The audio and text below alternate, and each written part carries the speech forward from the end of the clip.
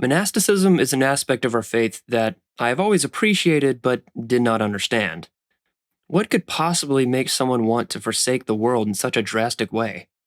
Why would a man choose to eschew marriage with a wife, the hope of children and family, and choose rather to live in solitude, to sell all of one's belongings, say goodbye to one's family, and depart for a life solely devoted to prayer and repentance? While that sounds nice and spiritual, it has always seemed strange to me why someone would actually choose that way of life. Perhaps these assumptions are more revealing of my own dispositions and weaknesses. Perhaps it is a remnant of my Protestant upbringing. While it is true that monastic life has always seemed strange and foreign to me in practice, paradoxically, it was also one of the first things that I came to appreciate on a theoretical level about Orthodoxy. Growing up as a Baptist, the expectation was for a man to find a wife, and if one was single, one was almost viewed as a second class citizen. Since romantic relationships were anything but straightforward for me growing up, I found it very refreshing to discover that Orthodoxy blesses two vocations in life: marriage and monasticism. Indeed, I appreciated the idea of monasticism. That doesn't mean that I understood or felt called to it. So, to visit Mount Athos, the most world renowned monastic community in the Orthodox world, was certainly a foreign experience for me. I had no idea what to expect when visiting Mount Athos, so I tried my best to go in as a blank slate. What my experience would be like was up to God. The primary objective of our trip was to help our monastic friend and former member of our parish clear the rubble of a fallen wall from his staircase so he could get to his well more easily. The journey itself was long and arduous. The work we went to do was not easy. And now that I have returned, believe it or not, I'm not floating around with a halo. If anything, I feel more aware of how unworthy I am to have made the trip. Many people romanticize the monks of Mount Athos and flock to them for spiritual advice. While I don't intend to diminish Athos at all, I was surprised at how mundane the day to day was. It wasn't a magical experience filled with miracles. I didn't sit at the foot of an elder and learn the mysteries of spiritual living. I'm not glowing now, nor did I tap into any sort of esoteric knowledge. Nothing like that happened. Nonetheless, visiting Mount Athos was the most unique experience of my life. As I mentioned before, getting to Athos was no easy feat. Within 10 minutes of being at the Nashville airport, I learned that our first flight was delayed by several hours, throwing off our connecting flights. It seemed as if the demons were already at work. We still made it to Chicago, if only much later in the day than we were anticipating. In the process of fixing our delayed flights, we were rebooked on a different airline. The only issue was that upon arriving at the Chicago airport, we soon learned that half of us didn't have tickets for our connecting flights to Munich. After about an hour or two of dealing with unhelpful help desk members and calling various customer service representatives, our fearless leader, Jason, managed to make some progress and, by nothing less than a miracle, got all 9 of us booked on a flight from Munich that evening. We set off and landed in Munich around noon the next day. Within 10 minutes of disembarking from the airplane, we were already breaking the law in Germany. Come to find out, there were doors which were not supposed to be stepped back through. We had crossed a threshold unknowingly, walked backwards 5 steps through that threshold, and the police were ready to take us to jail. Okay, maybe it wasn't that extreme, but the airport security was very upset and made it clear in both German and broken English. After a lucid haze of airport naps and bathroom breaks, we decided to pay a trip to the nearby spa. On our way back, we enjoyed some refined German cuisine known as currywurst, which is basically a German hot dog. One trip through the TSA harassment line later, though German TSA was actually much nicer than American TSA, and we were on our way to Thessaloniki. One thing in particular that I noticed on this final leg of flights was how many Orthodox Christians were on the plane.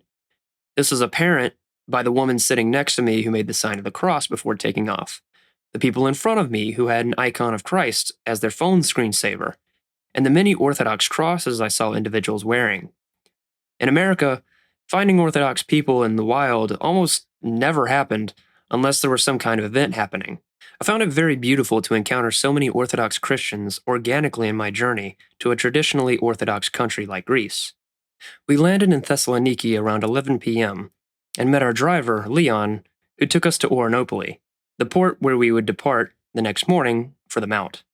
Leon, an Australian who had made his way in Greece, knew practically everything about the local history.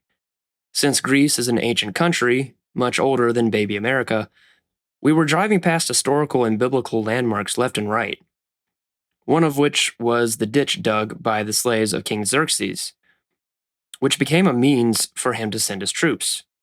"We're driving past it now. It's parallel to this road," Leon said. He told us so many stories in our 2 hours together in that car that I barely remember any of them. There is one other story I remembered that stood out to me, though. He told us about the time he met a Protestant who didn't understand why Orthodox Christians have icons. One day, Leon had him visit Mount Athos and let him see one of the monasteries. The Protestant was filled with awe at the beauty of the iconography and took several photos to show his family at home. Later, Leon asked him, "So, those photos you took are okay, but the icons themselves, those are bad." The Protestant was left speechless. He eventually came around to Orthodoxy. By 1 a.m., we had finally arrived at our hotel. We managed to get some shut-eye for about 4 hours before we needed to be up again in order to make it onto the earliest boat. However, upon entering the demonetieren office, we soon ran into more trouble. The men in the office claimed to not have our paperwork.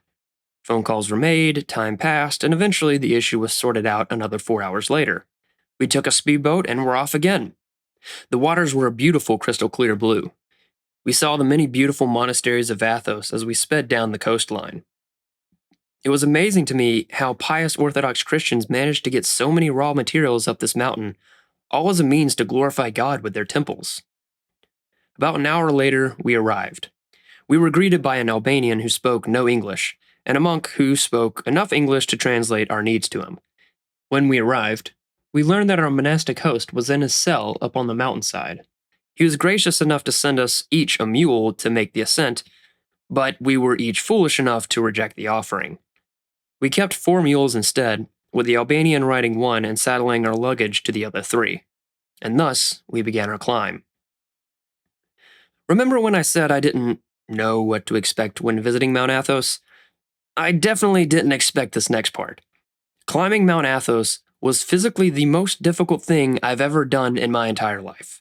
No amount of hiking in Tennessee could have prepared me for this. Mountains at home are like hills compared to Mount Athos.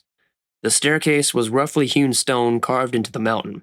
It amazed me at the time and effort this must have taken someone to carve out as many steps as we took during this climb. We climbed up probably 400 steps and I thought it would end. Instead, it just kept going, and going, and going. The view was beautiful, but eventually I had to focus more on breathing than admiring the scenery. Perhaps I was just completely out of shape, I don't know, but this hike was absolutely grueling for me. Myself, Father Bob, and Rick held up the rear. We eventually got separated from the group, but found our way back by following the trail of mule waste. About halfway up, Rick seemed like he was about to pass out. Our mostly silent Albanian guide decided to break the silence and call our monk friend, and it was at this moment that I learned he had a cell phone. This conversation, of course, was carried in Greek, so we had no idea what was happening. We learned later, however, that he was calling to tell our monk friend that Rick just wasn't going to make it up the mountain. He ended up strapping Rick to the side of a mule, the side that happened to be facing the cliff. Moments later, the mule slipped, and Rick reacted by pushing his weight, naturally, in the direction opposite of the cliff. I heard a noise behind me and turned around.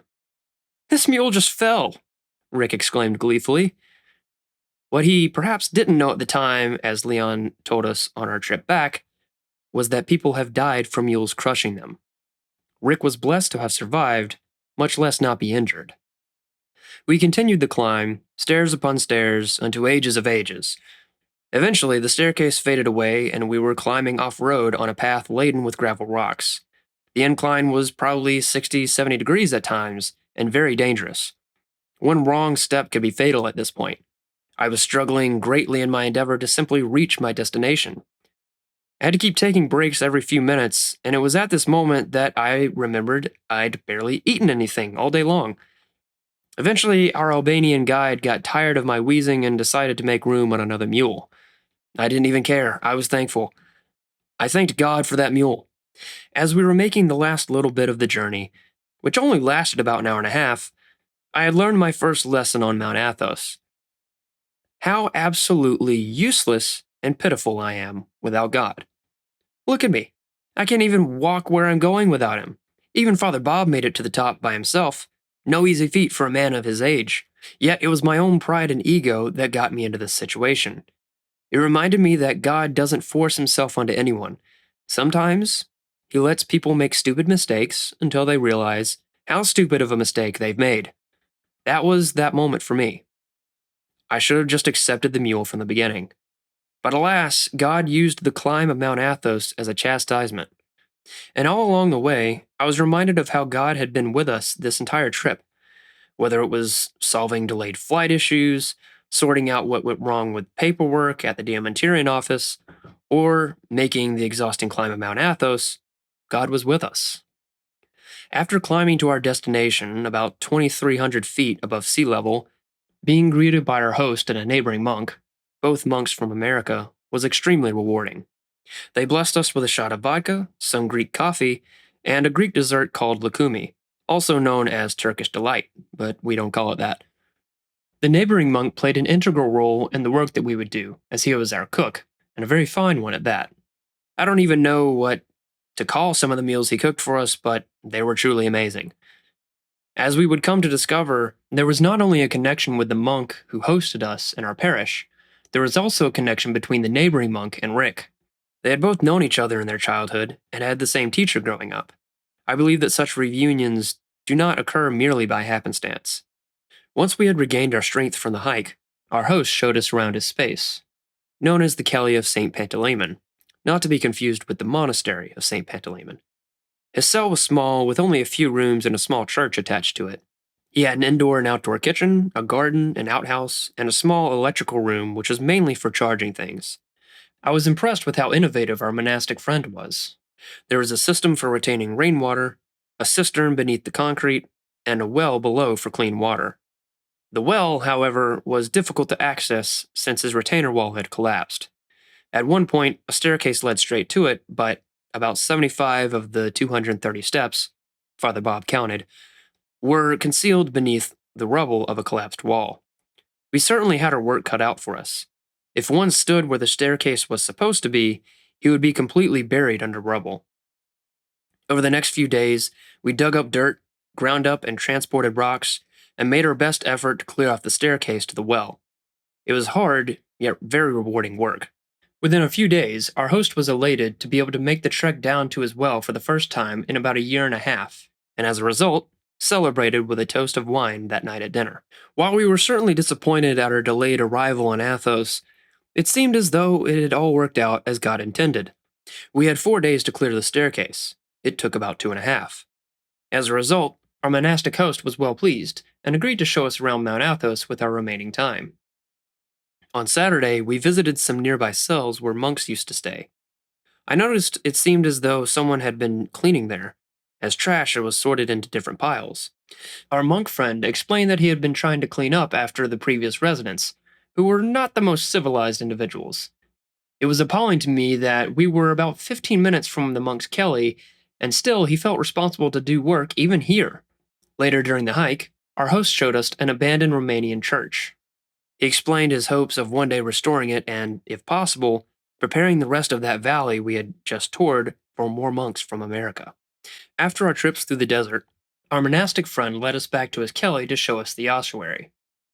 On Athos, it is customary to dig up the bodies of the deceased a few years after they repose. Through this process, sometimes by surprise, the fathers on the mountain discover saints. Every now and then, they will discover bodies that have been preserved, despite being subject to the natural processes of decomposition, a mark of a true saint. Sometimes the body will have decomposed, but the bones will be yellow and may perhaps emanate a fragrant smell.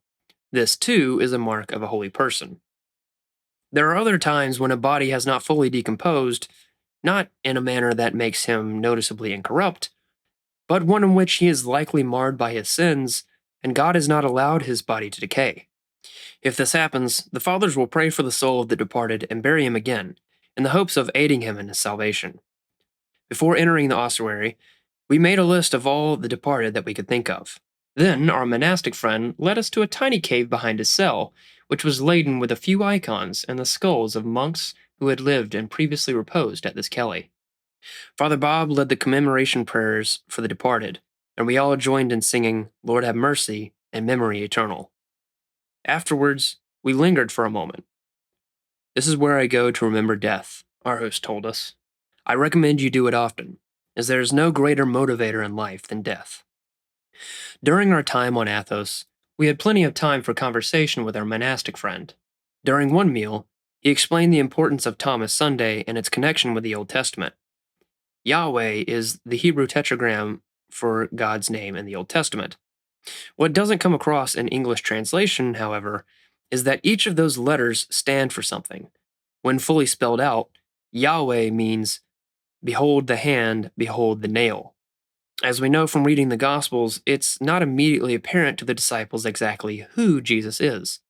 When Jesus commands Thomas to put his hand in his side and hand, he is directly connecting himself to the personal name of God in the Old Testament, Yahweh. Therefore, this event is a revelation to the apostles that Christ is God. Even after his death and resurrection, the apostles were still learning new things about their Lord. Our monastic friend also had quite the sense of humor. Many of us on the trip were converts, and our host used to be Catholic. In the late 90s to early 2000s, however, circumstances in life caused him to begin looking outside of the Catholic Church. As such, he attended a Protestant Bible study. One day, this group decided to attend a Billy Graham event, and our monastic friend related the story of how he snuck past some security guards at this event. There was a band on stage prior to Billy Graham coming out. Our monastic friend, who was not a monk at the time, much to his dismay, realized that one of his friends who was with him had already been apprehended by security. In a panic, our host raced to get away. He knew that since his friend had already been caught, surely security was aware of him also and was ready to bust him. As the band left and went backstage, the monk high-fived the drummer and kept running. Soon enough, Billy Graham came out on stage. He started with his classic line, I just want you to know that if anyone out there is not saved, you can put your trust in Jesus Christ right now. Just come on down the aisle and you can be saved today. Our monastic friend, still racing, finally bursted out from backstage into the front aisle right before Billy Graham. Before he could even say anything, security was helping him on stage. Billy Graham said the prayer over him in front of thousands of people with his face on the jumbotrons. And that was how I got saved by Billy Graham, our monastic friend chuckled. On Sunday afternoon, the group split up. Jason and his son Luke, full of adventure and brimming with energy, chose to make the ascent to the peak of Mount Athos, simply known as Mount Athos. This idea exhausted me, as I knew how arduous the journey to the Kelly had already been, let alone climbing another 4,000 feet above sea level on a mountain during the heat of midday. I let them have their fun. Another group went with the neighboring monk to see more nearby cells and to meet some local hermits. Myself? I was exhausted and chose to take a nap. We all reconvened by dinner to discuss our remaining plans, as our trip was nearing a close. Because we only had 2 days left before needing to depart for Thessaloniki, we opted to visit some of the bigger monasteries since we hadn't had the opportunity to see them yet. The next morning, we packed up and departed down the mountain for the port. I thought to myself, downhill surely won't be as bad as uphill, right? As I would soon learn, nothing comes easy on Athos. While the trip was much quicker and far less intense, our host led us down a different path on the way down, one that led through the woods on a gravel trail. There were several slips and falls due to the unstable rubble of the mountain, but thankfully no one got injured, although my calves were still sore a week later. On our way down, we stopped at St. Anne's Skeet, named after the Mother of Mary. We passed through this monastic community on the way up, but were unable to visit inside. Like our host, the lovely monks at St. Anne's greeted us with a shot of vodka, some lucumi, as well as a glass of water. We were permitted to enter the church to venerate the icons and relics, and within a couple moments of stepping inside, I was speechless. This was one of the largest churches I'd ever been inside. Icons adorned every wall. Everything was gold and holy and beautiful.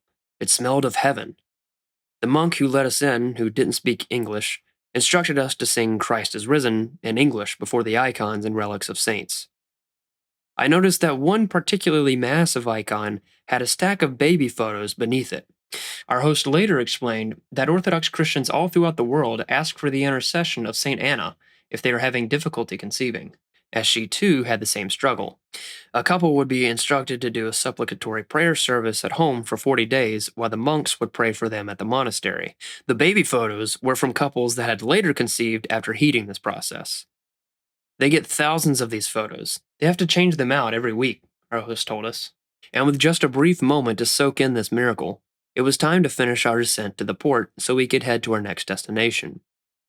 One ferry ride and several snacks later, we had arrived at the monastery where we were staying until our departure off the mountain, the monastery of St. Xenophontos. Like St. Anne's, this monastery was absolutely captivating. We were given some Greek coffee, water, and lakumi, but no vodka this time.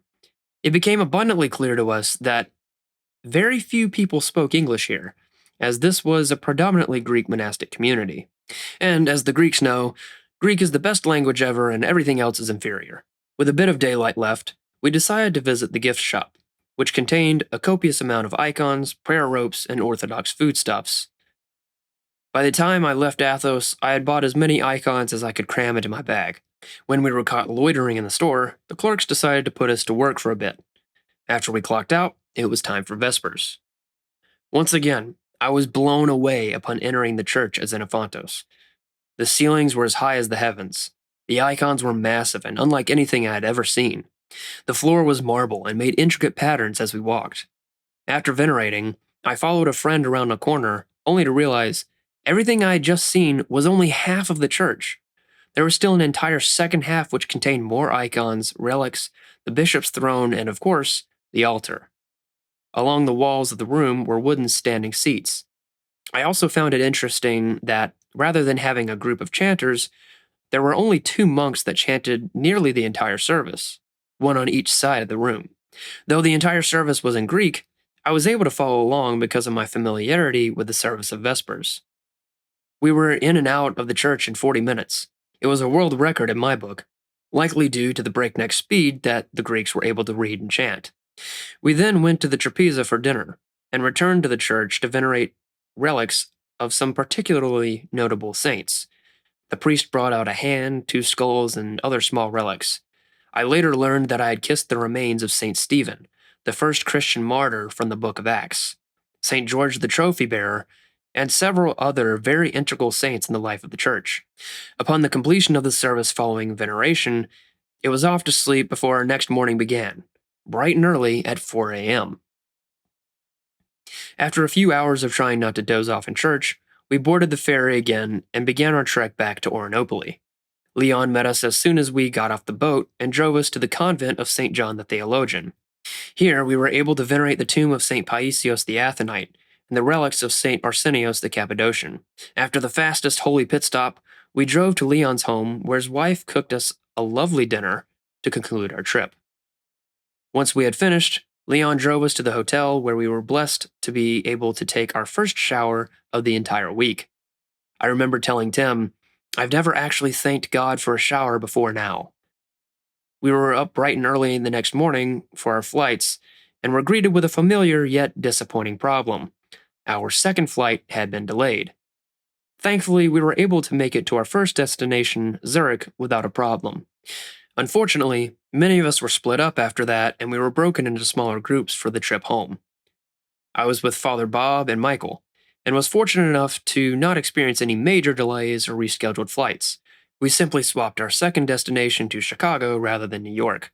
As I had a 9-hour flight ahead of me, I had plenty of time to reminisce on my pilgrimage to Mount Athos. I recalled my last conversation with our monastic friend while at Xenophontos. He genuinely seemed to care about my personal struggles and gave me sound recommendations. I asked him what general advice he would have for Americans today.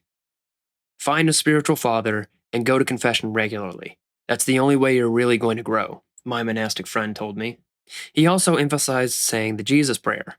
While we may not have access to the full cycle of services that monastics do, we can always carve out some time throughout the day to say, Lord Jesus Christ, Son of God, have mercy upon me, a sinner.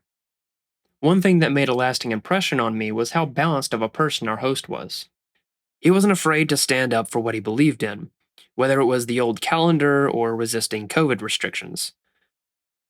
He exerted hard effort in the monastic life, even taking it upon himself to clean up the messes of other monks. And yet, he also gave grace when it was needed. Something else that struck me was our host's intense trust in the will of God. Many of us had family members who weren't Orthodox. God will take care of them, I remember him telling me. During our stay, our host was abundantly hospitable to us. He even went as far as having another monk come set up tents for us, and through the neighboring monk, provided several high quality meals throughout each day. It was clear to me that our monastic friend truly walked the royal path. So, what did I take home from my trip to the Holy Mountain? I found that there was a beauty in the mundane lifestyle of a monk. The separation from my daily routine, the lack of self service in particular, forced me to truly lay aside all earthly care. All that mattered was what was happening that day. As the Lord said, each day has enough trouble of its own. As I began to reintegrate myself back into society via the flights and airports, I became highly appreciative of the little things: clean water, air conditioning, showers, toilets, even. All things which we Americans often take for granted. I also came away with a greater sense of purpose. Not all that long ago, I was asking myself some personal, existential questions. What am I really meant to do in life? What is my place in the divine economy of God? As a freshly minted Orthodox convert, I was asking myself these questions largely in terms of vocation. Through other circumstances, I was questioning if I was really meant to be in my current field of work. I considered the priesthood, monasticism, marriage, all sorts of ways of life, each with their own blessings and crosses. During this process, I couldn't deny the brute facts about myself. I know who I am, how I am, what I'm drawn to, and what isn't me. While I have the utmost respect for monks, especially after experiencing their lifestyle firsthand for about a week, my trip to Athos reaffirmed to me that I am indeed on the correct path in life. Monasticism is not for me, though I certainly value its place in the church. We need monks. We need monasteries, not just for the spiritual purpose that they fulfill, but so we lay people can snap ourselves out of our daily routine and be faced with reality. We need to remember death. We need to remember what it looks like to be living as a Christian. And sometimes, we just need to see in order to learn. Come and see applies not only to inquirers, it applies to all Orthodox Christians who need their eyes opened. While I didn't fully understand why someone would choose monasticism, in the end, I have come to witness within monks a love for God that I simply cannot comprehend. To the world, monasticism is foolishness, and yet it is precisely that love for God that I needed to witness firsthand in order to strive towards it in my own life. Truly, I haven't become a wise sage after visiting the Holy Mountain. I don't feel holier. My experience on Athos didn't radically change my life, but sometimes the most profound lessons can be learned through the mundane.